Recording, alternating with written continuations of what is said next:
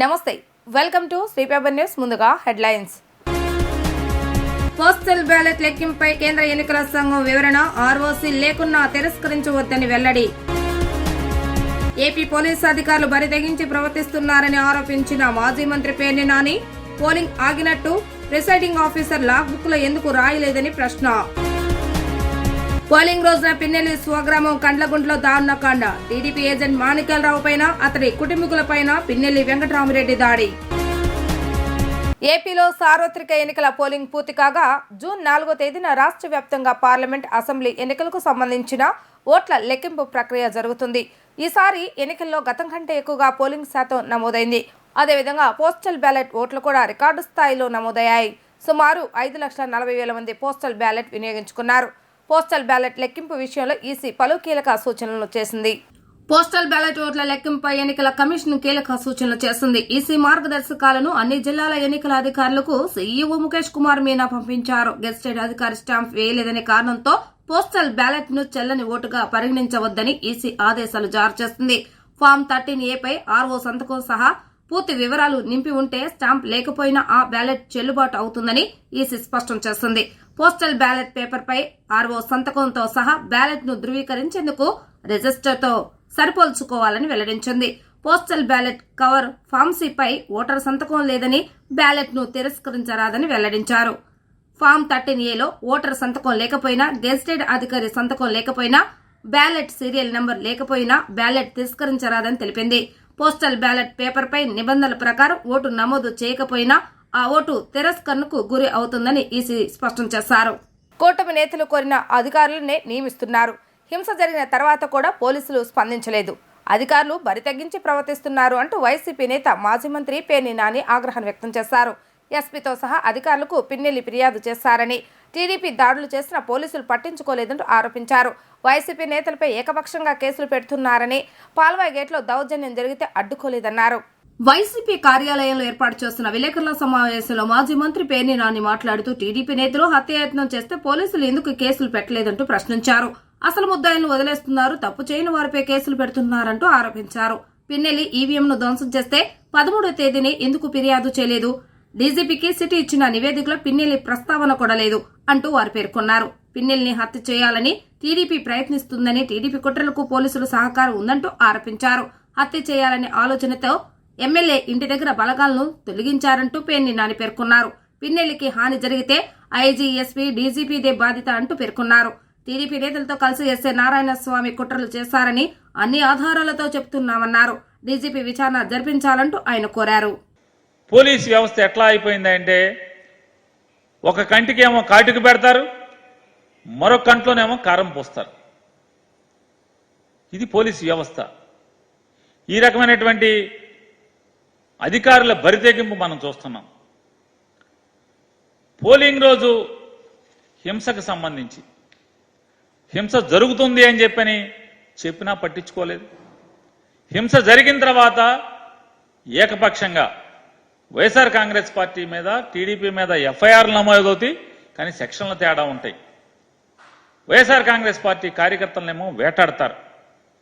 వీటన్నిటికీ మనం ఉదాహరణలుగా బోళ్ళని కూకలుగా తీసుకోవాల్సినటువంటి అవసరం ఉంది. కొన్ని సిట్టోళ్ళు వచ్చి 18వ తారీఖున డీజీపీకి ఇచ్చినట్టు దాంట్లో ఇట్లా ఎమ్మెల్యే మెషిన్ బాధలు కొట్టాడండి అని చెప్పిన ఎప్పుడు ఆ దాంట్లో చెప్పారా? మీడియాకి కూడా, మీ అందరికీ కూడా సిట్టు వాళ్ళు మీకు ఒక ఇది ఇచ్చారు. వాళ్ళు గమనించినటువంటి డీజీపీకి ఇచ్చినటువంటి ప్రిలిమినరీ రిపోర్ట్లో ఏమేమి అంశాలు ఉన్నాయో మీకు ఇచ్చారు. దాంట్లో ఎక్కడ కూడా ఓటింగ్ మిషన్లు పగిలినాయని కానీ, దాడి జరిగిందని కానీ, దాంట్లో ఎమ్మెల్యే పాల్గొన్నాడు, పిన్నెల్లి రామకృష్ణారెడ్డి గారు పాల్గొన్నాడని కానీ ఎక్కడ సిట్ ఇచ్చిన డీజీపీ గారికి ఇచ్చినటువంటి ప్రిలిమినరీ రిపోర్ట్లో ఎక్కడా లేదు. దానికి సాక్ష్యం మీడియాకి ప్రిలిమినరీ రిపోర్ట్లో ఏమేమి ఉన్నాయో మీడియాకి రివీల్ చేశారు. మరి ఎమ్మెల్యే నిజంగా పాల్గొంటే అది చాలా సెన్సేషన్ ఇష్యూ కదా. ఓటింగ్ మెషిన్లు బదలైపోతే చాలా సెన్సేషన్ ఇష్యూ కదా, అది ప్రపంచానికి తెలియదు కదా. మరి మీరేం చేశారు? మరి సిట్ కూడా ఏమీ ఇవ్వలేదు కదా. సిట్ కంప్లైంట్లో కూడా దాంట్లో ఎక్కడా లేదు. అంటే 15వ తారీఖు కంప్లైంట్ ఇస్తారు, దాంట్లో ఎమ్మెల్యే పేరు ఉండదు. 17వ తారీఖునేమో సిట్టు విచారణ చేస్తుంది. ప్రతి ఊరు వెళ్ళి అక్కడెక్కడ కూడా పిన్నెల్లి రామకృష్ణారెడ్డి మెషిన్లు బదలు కొట్టాడని కానీ లేదా గొడవలు చేశాడని కానీ ఎక్కడ సిట్టు కంప్లైంట్లో సిట్టు విచారణలో బయటికి రాదు. డీజీపీకి సిట్ ఇచ్చిన దాంట్లో ఎక్కడ ఉండదు. 20వ తారీఖున లోకేష్ నాయుడు ట్వీట్ చేసే వరకు కూడా ఈ ప్రపంచానికి అక్కడ ఏదో జరిగిందనేది కూడా పోలీసులు కానీ, ఆర్ఓ కానీ, జిల్లా ఎన్నికల అధికారి కానీ, ఎస్పీ కానీ, ప్రిసైడింగ్ ఆఫీసర్ కానీ ఎవరు కూడా, ఆఖరికి విఆర్ఓ కానీ ఎవరు కూడా ఎమ్మెల్యే పాల్గొన్నాడు ఇలా చేశాడని కానీ ఒక్కళ్ళు చెప్పినోళ్ళు లేరు. పిన్నెల్లి రామకృష్ణారెడ్డి బాధితులు రోజుకు ఒకరుగా బయటికి వస్తున్నారని టీడీపీ పాలిట్ బ్యూరో సభ్యులు వర్లారామయ్య అన్నారు. పిన్నెల్లి కానీ అతడి తమ్ముడు కానీ వాళ్ళ అనుచరులు కానీ ఏ విధంగా వ్యవహరించారో, స్థానిక పోలీస్ శాఖను ఏ విధంగా అసమర్థ శాఖగా మార్చేశారో వెలుగులోకి వస్తున్నాయని అన్నారు. మాచర్లలో పిన్నెల్లి అరాచకాలు అనేక ఉన్నాయని వెల్లడించారు. మాచర్ల ఎమ్మెల్యే పిన్నెల్లి రామకృష్ణారెడ్డి బాధితుడు టీడీపీ పోలింగ్ ఏజెంట్ మాణిక్యాలరావుతో కలిసి టీడీపీ పాలిట్ బ్యూరో సభ్యులు వర్లారామయ్య నేడు మీడియా సమావేశాన్ని నిర్వహించారు. ఈ సందర్భంగా వర్లారామయ్య మాట్లాడుతూ మాచర్లను తన సామ్రాజ్యంగా భావించి పిన్నెల్లి సాగించిన దౌర్జన్య కాండ, అతని దుర్మార్గ చర్యలు ఒక్కొక్కటిగా బయటికి వస్తున్నాయని తెలిపారు. అతడు కానీ అతడి తమ్ముడు కానీ వాళ్ల అనుచరులు కానీ ఏ విధంగా వ్యవహరించారో, స్థానిక పోలీస్ శాఖను ఏ విధంగా అసమర్థ శాఖగా మార్చేశారో వెలుగులోకి వచ్చాయని చెప్పారు. ఎప్పుడైతే పిన్నెల్లి అన్నదమ్ములు పరారీలో ఉన్నారో, ఎప్పుడైతే పోలీస్ శాఖ జూలు విధిలించి కొంచెం ధైర్యం తెచ్చుకుందో చూసిన తర్వాత ప్రజలకు ధైర్యం వచ్చిందని, వారి బాధితులు ఒక్కొక్కరుగా బయటకు వస్తున్నారని వివరించారు. వారిలో ఒక బాధితుడు ఇవాళ మనతో ఉన్నాడని వెల్లడించారు. అతన్ని ఏ విధంగా ఇబ్బంది పెట్టారో అతని మాటల్లోనే వినాలని ఇక్కడికి రప్పించడం జరిగిందని తెలిపారు. అతని పేరు నోముల మాణిక్యాలరావు అని ఎస్సీ మాదిగ సామాజిక వర్గానికి చెందిన వ్యక్తి అని వివరించారు. పిన్నెల్లి రామకృష్ణారెడ్డి గారి దౌర్జన్య కాండ, అతని దుర్మార్గపు చర్యలు ఒకటొకటి బయటపడుతూ ఉన్నాయి. అతను ఎంతటి దుర్మార్గం చేశాడు, ఏ రకంగా వాళ్ళు వ్యవహరించేవాళ్ళు, అతను కానీ అతని తమ్ముడు కానీ అతని అంతేవాసులు కానీ ఏ రకంగా ప్రవర్తించారు, ప్రజల్ని ఏ రకంగా భయభ్రాంతులను చేశారు, అక్కడ పోలీసు శాఖను ఏ రకంగా నిర్వీర్యం చేశాడు, ఒక అసమర్థ శాఖగా దాన్ని మార్చివేశారో, ఇవన్నీ కూడా ఒకటొకటే బయటకు వస్తున్నాయి. బాధితులు ఇప్పుడు ఎప్పుడైతే అన్నదమ్ములు పరారులో ఉన్నారో, ఎప్పుడైతే పోలీసు శాఖ కొంచెం జూలు విధిల్చి కొంచెం ధైర్యంగా ఉన్నదో, ఎప్పుడైతే ఎలక్షన్ కమిషన్ ఒక ప్రక్క, పోలీసు శాఖ ఒక ప్రక్క ఈ అన్నదమ్ముల్ని వేటాడుతూ కనిపిస్తే అరెస్ట్ చేస్తాం, కనిపిస్తే కాళ్ళెరగొట్టి లోపల పడేస్తామనే రీతిలో వ్యవహరిస్తుందో, ఇప్పుడు ధైర్యం వచ్చింది. ఒక్కొక్కరు బాధితులు ఎవరైతే వారికి భయపడి పరారయ్యారో, ఎవరైతే వాళ్ళకి భయపడి ప్రాణాలు అరచేత పట్టుకొని వెళ్ళిపోయారు ఇతర ప్రాంతాలకు, వాళ్ళందరూ కూడా ఒక్కరొక్కరే వస్తూ ఉన్నారు. ధైర్యాన్ని కూడగట్టుకొని వస్తూ ఉన్నారు. ఇక ఏం పర్వాలేదు, వాళ్ళ ఆటలు సాగవు, వాళ్ళ కోరలు పీకేశారు అని ధైర్యాన్ని తెచ్చుకొని ముందుకొచ్చారు. అందులో భాగమే ఇక్కడ ఒక బాధితుడు ఉన్నాడు. టీడీపీ అభిమానిగా ఉండి నేను అక్కడ ఆ పార్టీకి ఏజెంట్గా కూర్చోవడం జరిగింది. అయితే ఇక నేను నేరుగా జరిగిన విషయం చెప్తాను. ఏజెంట్గా కూర్చుంటే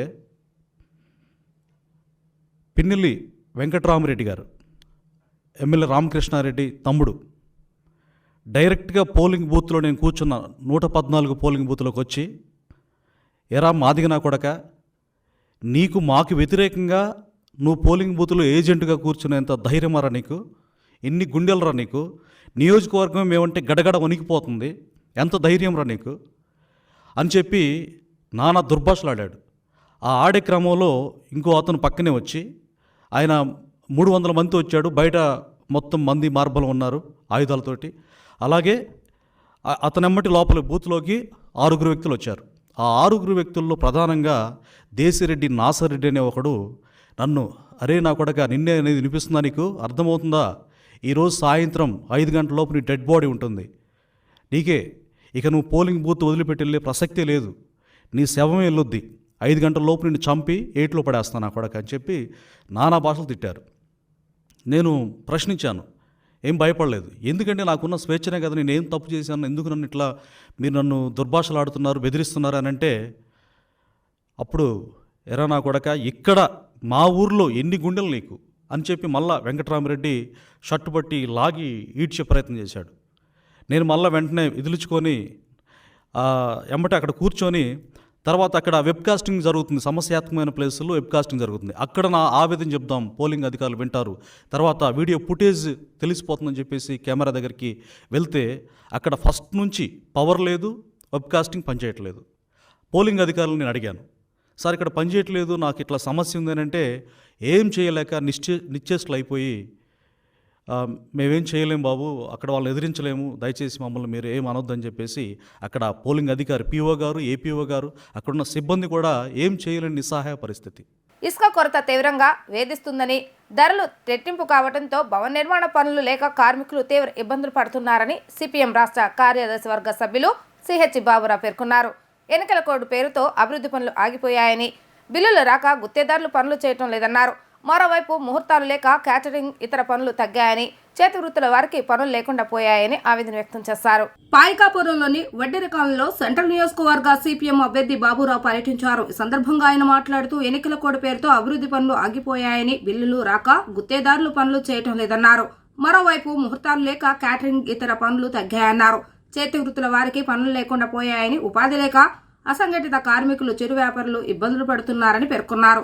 రాష్ట్రంలో నిరుద్యోగం రేటు పెరిగిందని, చదువుకున్న యువతకు ఉద్యోగ అవకాశాలు లేవన్నారు. పట్టణాల్లో ఉపాధి హామీ పథకం పెట్టాలని కోరుతున్నా కేంద్రం పెడచెవిన పెట్టిందని విమర్శించారు. ఇసుకను అందుబాటులోకి తెచ్చి రేట్లు తగ్గించి భవన నిర్మాణ కార్మికులకు పని చూపించాలని కోరారు. విజయవాడ నగరపాలక సంస్థ స్వచ్ఛ భారత్, స్వచ్ఛ సర్వేక్షణ్ పారిశుధ్యంలో జాతీయ స్థాయిలో అవార్డులు పొందారు. మంచిదే, కానీ నగరంలో పారిశుధ్యాన్ని మాత్రం పూర్తిగా నిర్లక్ష్యం చేస్తూ ఉంది. అటు ప్రభుత్వం కానీ, కార్పొరేషన్ కానీ చెత్త పన్ను పేరుతో బలవంతంగా వసూలు చేస్తున్నారు. కోట్లాది రూపాయలు జనం దగ్గర వసూలు చేసిన చెత్త పన్నుని బడా కాంట్రాక్టర్లకి క్లాప్ అనేటువంటి క్లీన్ ఏపీ పథకంలో వాహనాలు పెట్టి ఆ కాంట్రాక్టర్లకి దోచిపెడుతున్నారు. చిన్న చిన్న పనులు, చెత్త ఎత్తేటువంటి తోపుడు బళ్ళు కానీ, ఇతర వాహనాలు కానీ రిపేర్లకు వస్తే రిపేర్లు కూడా చేయించట్ల. చక్రాలు ఊడిపోయి, బ్రేకులు ఊడిపోయి, పారిశుధ్య కార్మికులు అందరూ ఎత్తిన చెత్తని మళ్ళీ దాంట్లో వేస్తే అదే కింద పడిపోయి ఇంత ఘోరంగా ఉంటే వాడు కళ్ళు కనపట్లేదా? దీంతో ఇక రిపేర్లు కూడా పారిశుధ్య కార్మికులే వేల రూపాయలు ఖర్చు పెట్టి చేయించుకోవాల్సి వస్తుంది. ఇంతకంటే దుర్గతి ఇంకేముంటుంది? రెక్కాడితే కానీ డొక్కాడని పేద కార్మికుల మీద ఈ భారం వేయటం చాలా దుర్మార్గం. మరి అధికారుల దృష్టికి ఎన్నిసార్లు తీసుకొచ్చినా, లేదు కార్పొరేషన్లో ఉన్న ప్రజాప్రతినిధులు వాళ్ళ దృష్టికి ఎన్నిసార్లు వచ్చినా వాళ్ళు పట్టించుకోవట్లేదు. మరి పారిశుధ్యం మీద వాళ్ళ శ్రద్ధ ఏంటి? డబ్బు వసూలు చేసుకోవటమేనా? దీన్ని సిపిఎం పార్టీగా మేము అనేక వార్డుల్లో పర్యటిస్తూ ఉంటే ఎన్నికల తర్వాత కళ్ళకి కనపడతా ఉన్నాయి, కానీ అధికారులకి, ప్రజాప్రతినిధులు మాత్రం కనపట్ల. కాబట్టి ఇప్పటికైనా సరే నగరపాలక సంస్థ వాటన్నిటిని గుర్తించి దెబ్బతిన్న వాహనాలు, లేదు రిపేర్లకి నోచుకున్నటువంటి ఈ చెత్త బళ్ళు వీటిని గుర్తించండి, నిధులు కేటాయించి రిపేర్లు చేయించండి, కొత్త బళ్ళు, కొత్త వాహనాలని మరి ఈ రోజున కొనుగోలు చేయండి. పాత వాహనాలు మూడబలపడిన వాటిని ప్రజాదరణ దుర్వినియోగం చేయకుండా చర్యలు తీసుకుని పారిశుధ్య పరిస్థితి మెరుగుదల చేయాలని, కార్మికుల మీద భారం లేకుండా పారిశుధ్యం మెరుగవటానికి ఈ పనులైనా, కనీసమైన పనులైనా చేపట్టాలని సిపిఎం తరఫున మేము డిమాండ్ చేస్తాం. మారుతున్న జీవన విధానాలకు అనుగుణంగా పిల్లలను మార్చాల్సిన అవసరం తల్లిదండ్రులపై ఉందని జాయింట్ కలెక్టర్ సంపత్ కుమార్ సూచించారు. శారీరక వ్యాయామాలను అలవాటు చేయడం ద్వారా మానసిక ఉల్లాసం కలగడంతో పాటు మంచి ఆరోగ్యం పొందుతారని చెప్పారు. వేసవి శిక్షణ తరగతుల భాగంగా అమరావతి యోగా ఏరోబిక్ అసోసియేషన్ ఆధ్వర్యంలో international yoga day training classes ను ఏర్పాటు చేశారు. నేటి నుంచి జూన్ 20వ తేదీ వరకు జరగనున్న ఈ తరగతులను జాయింట్ కలెక్టర్ సంపత్ కుమార్ ప్రారంభించారు. ఈ సందర్భంగా పలువురు యోగా విద్యార్థులను చేసిన ప్రదర్శనలు ఆకర్షించాయి. అనంతరం జాయింట్ కలెక్టర్ ప్రశంసా పత్రాలను అందజేశారు. కార్యక్రమాన్ని ఉద్దేశించి ప్రసంగించిన జేసీ నేటి తరం విద్యార్థుల్లో ఉబ్బకాయం పెద్ద సమస్యగా మారిందని గుర్తు చేశారు. శారీరక వ్యాయామాలు లేకపోవడం, స్కూలు ఇంటికే విద్యార్థులు పరిమితం అవడం వలన మానసికంగా కూడా ఇబ్బందులు పడే పరిస్థితులు వస్తున్నాయన్నారు. అందుకే పిల్లలను శారీరక వ్యాయామాలకు అలవాటు చేసేలా తల్లిదండ్రులు ప్రోత్సహించాలని సూచించారు. యోగా మరియు ఇతర వ్యాయామాలు చేయటం ద్వారా మంచి ఆరోగ్యాన్ని పొందడమే కాకుండా ఆలోచన విధానం కూడా పెరుగుతుందని చెప్పారు. మీ అందరికీ తెలుసు యోగా యొక్క ఇంపార్టెన్స్. ఇందాక అజయ్ కుమార్ కూడా చాలా చక్కగా చెప్పడం జరిగింది. అయితే మారుతున్నటువంటి లైఫ్ స్టైల్స్ని దృష్టిలో పెట్టుకొని పిల్లలందరూ కూడా మనం ఫ్లెక్సిబిలిటీ అన్న ఆస్పెక్ట్లో వారిని మనం పెంచాల్సినటువంటి అవసరం ఉంది. ఇప్పుడు మీరు చాలామంది పిల్లల్ని చూస్తే ఒబేసిటీ చాలా భయంకరంగా పెరుగుతుంది. పిల్లల యొక్క లైఫ్ స్టైల్ ఎలా ఉందంటే స్కూల్కి వెళ్ళడం, వచ్చిన తర్వాత వీడియోలు లేకపోతే ఏదైనా మొబైల్స్ ఆర్ ట్యాబ్స్ పట్టుకోవడం, అదేవిధంగా సోఫాల్లో గంటల తరబడి కూర్చోవడం, టీవీ ముందు కూర్చోవడం వల్ల పిల్లల్లో ఒబేసిటీ పెరుగుతుంది. ఇటీవల ఒక ఆయుర్వేద అధ్యయనంలో పద్మాసనం వేసుకుని కూర్చునే వారి సంఖ్య, అదేవిధంగా పద్మాసనం వేసుకున్న తర్వాత వితౌట్ సపోర్ట్ పైకి లేస్తే వాటి యొక్క హార్ట్ హెల్త్ని ఒక 10 పాయింట్స్ ఇచ్చారు. ఆ అధ్యయనంలో 100 మంది పార్టిసిపేట్ చేస్తే 82 మంది ఫెయిల్ అయ్యారు. కేవలం 18 మంది మాత్రమే ఏ సపోర్ట్ లేకుండా పిల్లలు కూర్చొని పైకి లేస్తుంటారు చూసారా, మోకాల మీద చేతులు ఏం పెట్టకుండా స్ట్రైట్గా. అది నేను పెద్దలకు కూడా ఒకసారి టెస్ట్ చేసుకోమని చెప్తాను. నేను చేసుకున్నాను, లేగలిగా మొత్తం. సో చాలామంది అంటే ఒక ఎగ్జాంపుల్ ఒక సపోర్ట్ తీసుకుంటే 1 పాయింట్, 2 సపోర్ట్లు తీసుకుంటే 2 పాయింట్, 3 సార్లు సపోర్ట్ తీసుకుంటే 3 పాయింట్స్ తగ్గించుకోవాలి. If your heart health is less than 7, so you are very prone to heart attacks.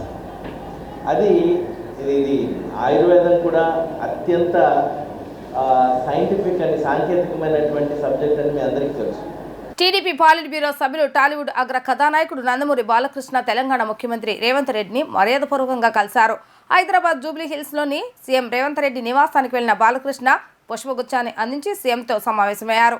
ఈ భేటీలో పలు అంశాలు చర్చకు వచ్చాయి. బాలయ్యతో పాటు రేవంత్ రెడ్డి నివాసానికి వచ్చిన వారిలో Basava Tarakam cancer hospital trust సభ్యులు కూడా ఉన్నారు.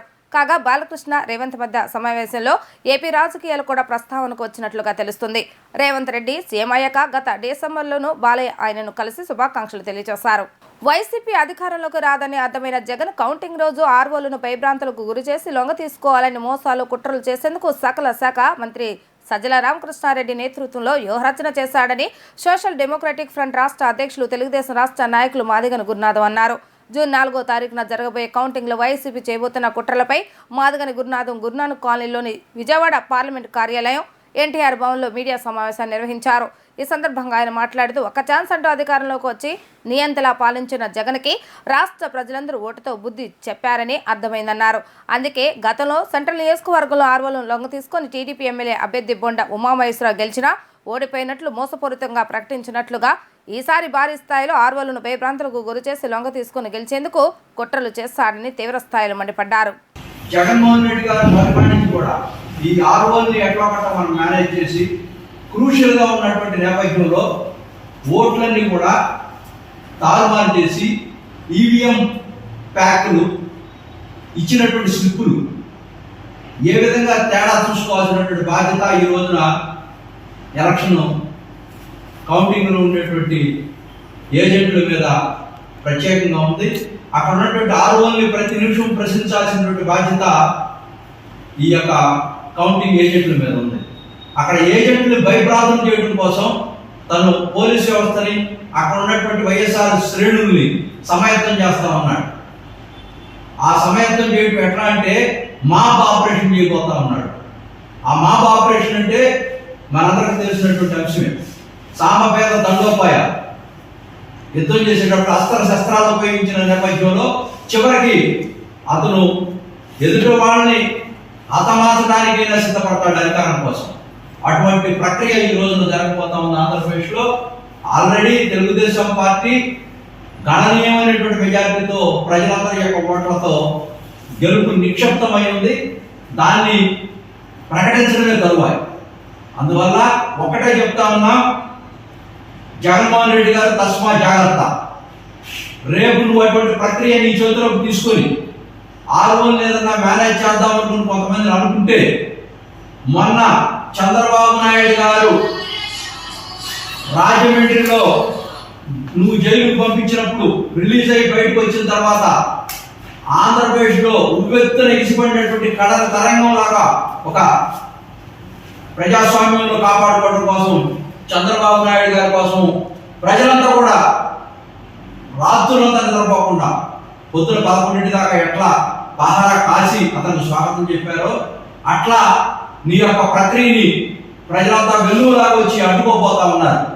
ఉదయాన్నే ఆనందంగా కారులో బయలుదేరిన వారి ఆనందం ఆవిరవడానికి ఎంతోసేపు పట్టలేదు. అతి వేగమో నిర్లక్ష్యమో కారణం ఏమేదైనా కానీ ప్రమాదం మాత్రం కనుమూసి తెరిచేలోగా జరిగిపోయింది.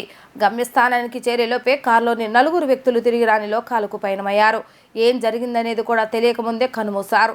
రోడ్డు ప్రమాదం 4 పొట్టన పెట్టుకోగా మరొకరి పరిస్థితి అత్యంత విషమంగా ఉంది. కృష్ణా జిల్లా బాపులపాడు మండలం కోడూరుపాడు హెచ్పీ పెట్రోల్ బంక్ సమీపంలో ఘోర రోడ్డు ప్రమాదం చోటు చేసుకుంది. కారు అదుపు తప్పి లారీని ఢీకొట్టడంతో 4 ఘటనా స్థలంలోనే దుర్మరణం పాలవగా మరో వ్యక్తి పరిస్థితి విషమంగా ఉంది. రోడ్డు ప్రమాదంలో కారు నుజ్జు అయింది. సమాచారాన్ని అందుకున్న వీరవల్లి పోలీసులు ఘటనా స్థలానికి చేరుకుని గాయపడిన క్షతగాత్రుడిని వైద్య చికిత్స నిమిత్తం విజయవాడ ప్రభుత్వ హాస్పిటల్కి తరలించారు. రోడ్డు ప్రమాద ఘటనపై పోలీసులు కేసు నమోదు చేసి వివరాలు సేకరిస్తున్నారు. ఘటనకు సంబంధించి పూర్తి వివరాలు తెలియాల్సి ఉంది. వార్తలు ముగించే ముందు హెడ్లైన్స్ మరొకసారి. పోస్టల్ బ్యాలెట్ లెక్కింపుపై కేంద్ర ఎన్నికల సంఘం వివరణ, ఆర్ఓసీ లేకున్నా తిరస్కరించవద్దని వెల్లడి. ఏపీ పోలీసు అధికారులు బరితెగించి ప్రవర్తిస్తున్నారని ఆరోపించిన మాజీ మంత్రి పేర్ని నాని, పోలింగ్ ఆగినట్టు ప్రిసైడింగ్ ఆఫీసర్ లాగ్ బుక్ లో ఎందుకు రాయలేదని ప్రశ్న. పోలింగ్ రోజున పిన్నెల్లి స్వగ్రామం కండ్లగుంటలో దారుణకాండ. టీడీపీ ఏజెంట్ మాణిక్యాలరావు పైన అతడి కుటుంబీకులపైన పిన్నెల్లి వెంకటరామిరెడ్డి దాడి. ఇవి ఈ రోజు వార్తా విశేషాలు. మరలా తిరిగి ప్రసారమయ్యే వార్తలు మళ్ళీ కలుద్దాం. అంతవరకు సెలవు, నమస్కారం.